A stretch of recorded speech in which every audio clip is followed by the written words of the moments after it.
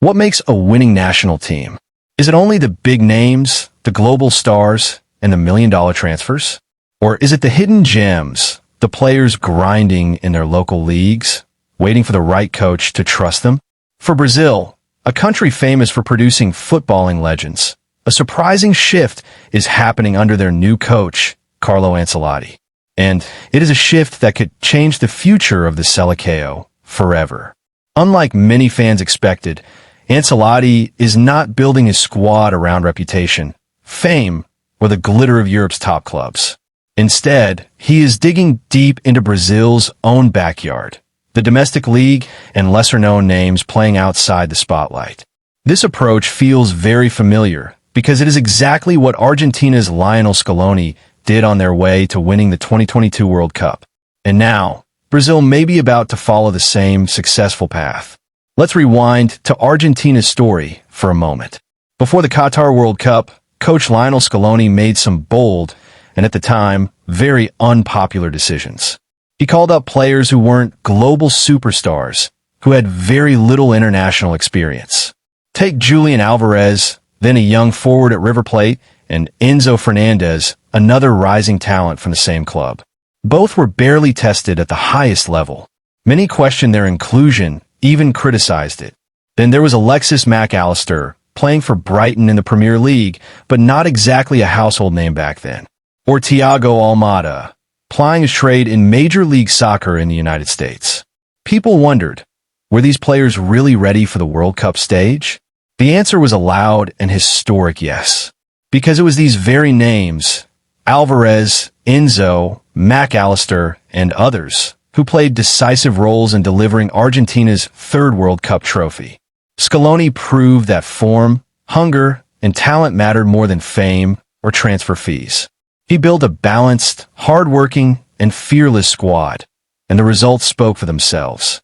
Now, Carlo Ancelotti seems to be borrowing a page from Scaloni's playbook. Since taking charge of Brazil, the Italian mastermind has shown a willingness to move away from automatic starters and big names. Instead, he is rewarding players based on merit, current performance, and potential.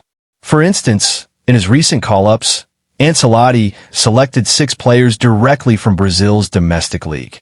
A bold move, considering how much pressure there is in Brazil to rely on Europe-based stars. Among these choices, we see some very interesting names. Corinthians penalty specialist Hugo Souza has been given chance. At just 25, he could be an exciting long-term option for Brazil's goalkeeping department. In defense, Ancelotti turned to Fabrício Bruno, showing once again that reputation is not everything. Instead of only sticking with established defenders like Militao or Bremer, he has opened the door for fresh blood. On the left side, Flamengo's young fullback Alexsandro also received a call. For the striker's role, Ancelotti earlier had brought in Ko Jorge, the domestic league's top scorer, showing his faith in local forwards. This time, to cope with injuries, he expanded further by calling up Jean Lucas from Bahia and Vitinho from Botafogo, a right back who has impressed consistently in the league. But Ancelotti's vision doesn't stop at the domestic league. He has also looked at less glamorous European competitions. For example, he picked Douglas Santos and Luiz Henrique from the Russian league, players who are far from the spotlight of the Premier League or La Liga, but who can still add value to the squad. This philosophy shows one clear message: performance matters more than profile. Ancelotti is telling every Brazilian player, whether you play for Real Madrid, Corinthians, or even in Russia, if you perform, you'll get your chance. We have already seen signs of success. In his first 2 matches as Brazil's coach, Ancelotti introduced relatively unknown faces who quickly became reliable options. Alexsandro Ribeiro, for example, turned from an unpopular figure into a trusted piece of the team under Ancelotti's guidance. Even Sandro, a player many Brazilian fans once doubted, was given a role and proved his worth. The return of Fabrício Bruno also highlights Ancelotti's tactical thinking. The tall defender had already shown promise in earlier appearances, and bringing him back is another signal that the coach values consistency and hard work. Let's not forget, Brazil has a history of discovering domestic gems who later shine on the international stage. Players like Gerson and Wesley first proved themselves in the Brazilian league before earning bigger opportunities. Now, Ancelotti is reviving that tradition, ensuring that the door is open for anyone with the right form and mentality. One of the most telling signs of Ancelotti's strategy came with his decision not to call one of his favorite players, Rodrigo, this time.